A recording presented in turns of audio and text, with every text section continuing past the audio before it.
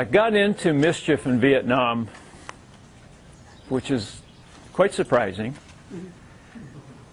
Even when I didn't get into Mischief, I looked like the guy who got into Mischief, and therefore I got the blame for it.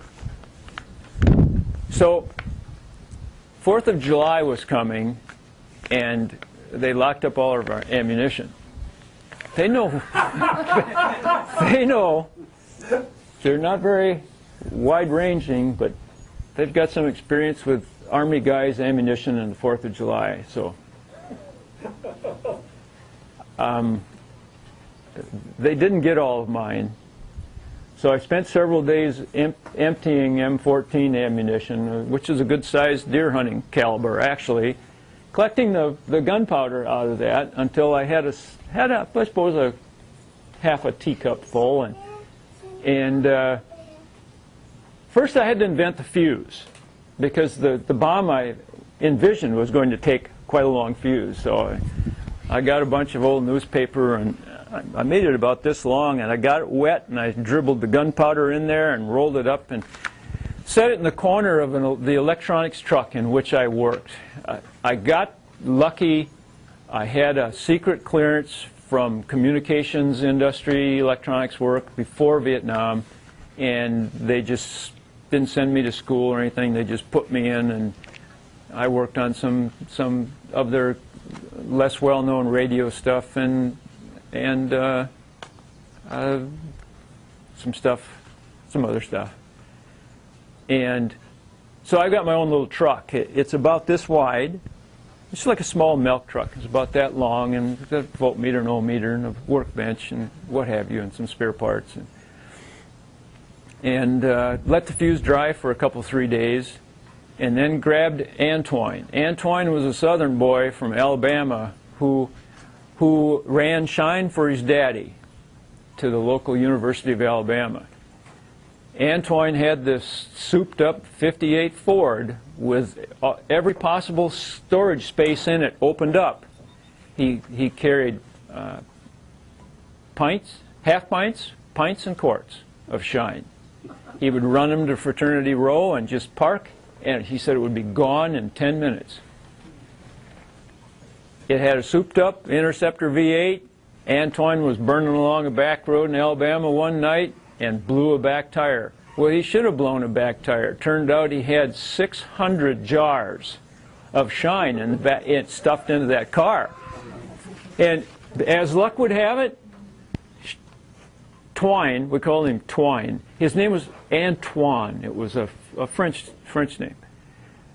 Twine gets out of the car and is standing thinking he has to move about 400 jars of moonshine to get to the spare tire. It's buried under the back trunk. Moonshiners don't happen to look very far into the cataclysmic future, it turns out. He's standing there, he's 18 years old, full of his daddy's shine, and a Alabama Highway Patrol car drives up.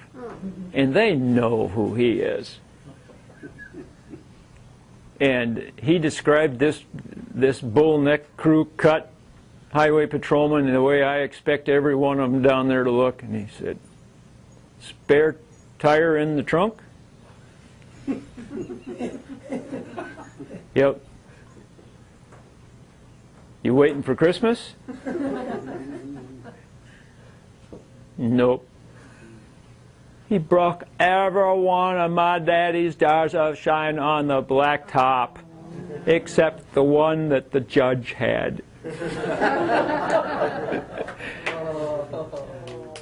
So, jail or Vietnam?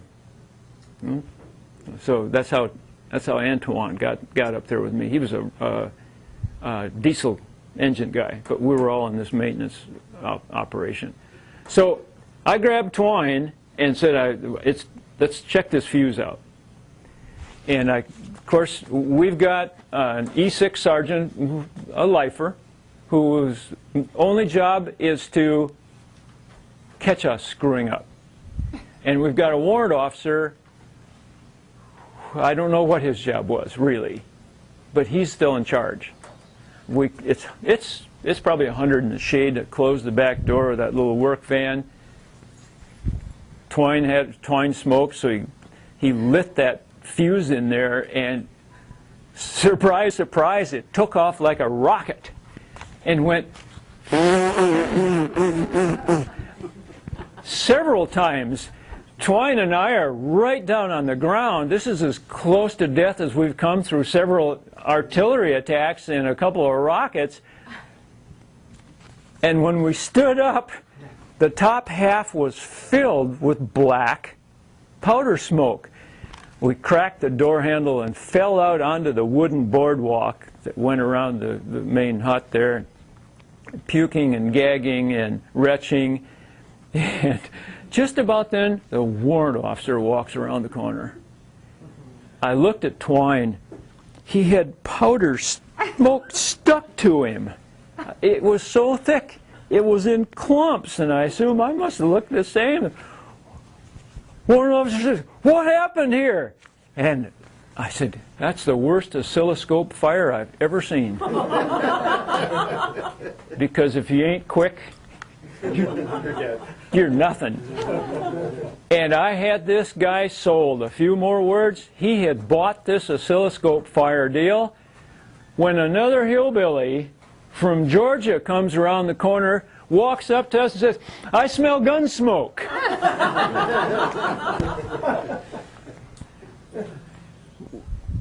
The CO gave me and Twine a deuce-and-a-half truck and 3 days of garbage hauling. Now, it's Vietnam. We have a combat base that's a mile across. Where's the garbage dump? Somewhere else. Outside the combat base. Outside the guns. Outside the guard towers.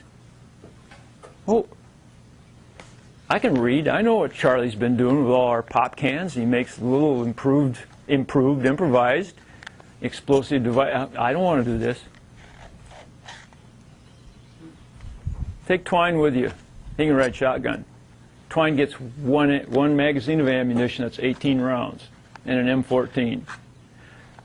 Twine's just a kid. We're loaded up with a deuce-and-a-half with no tailgate. Everybody knows what a deuce-and-a-half is? It's this big damn gravel truck with this horrible engine.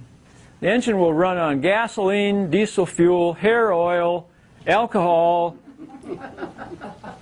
but it won't run very good on any of it. And these are Korean War deuce-and-a-halves. And it's the tropics. And this thing's got rust on its rust. First thing Twine does is we're driving through it. We exited the combat base and we're driving through Quantry Village, which is just a mess of little hooches with all of our corrugated tin, which blew away in the last storm, on their roof. And the kids come out to see what we're going to give them. And Twine sticks his hand out. He thinks the kids are really neat. They steal his watch and his wedding ring. He's a big help. We get down this trail in the jungle. Now remember, triple canopy. It's just a trail, and yep, just follow that trail. You see the dump. Just leaves on our arms. I would rather be about any place at this moment than in that deuce-and-a-half, out in Vietnam, no radio. I come around the corner and I see that there's a slight decline in the downhill, and at the bottom is this monstrous pile of tin cans, pop cans, kitchen utensils. It's huge. And I tell Twine, I said, hang on, I'm going to turn around, I'm going to back up real fast, and when I get to the bottom, I'm going to hit the brakes and slide this stuff out, and we're going to get out of here before we're shot and killed. And I do that, and I'm going fast as that deuce-and-a-half will go. It's not exactly smooth.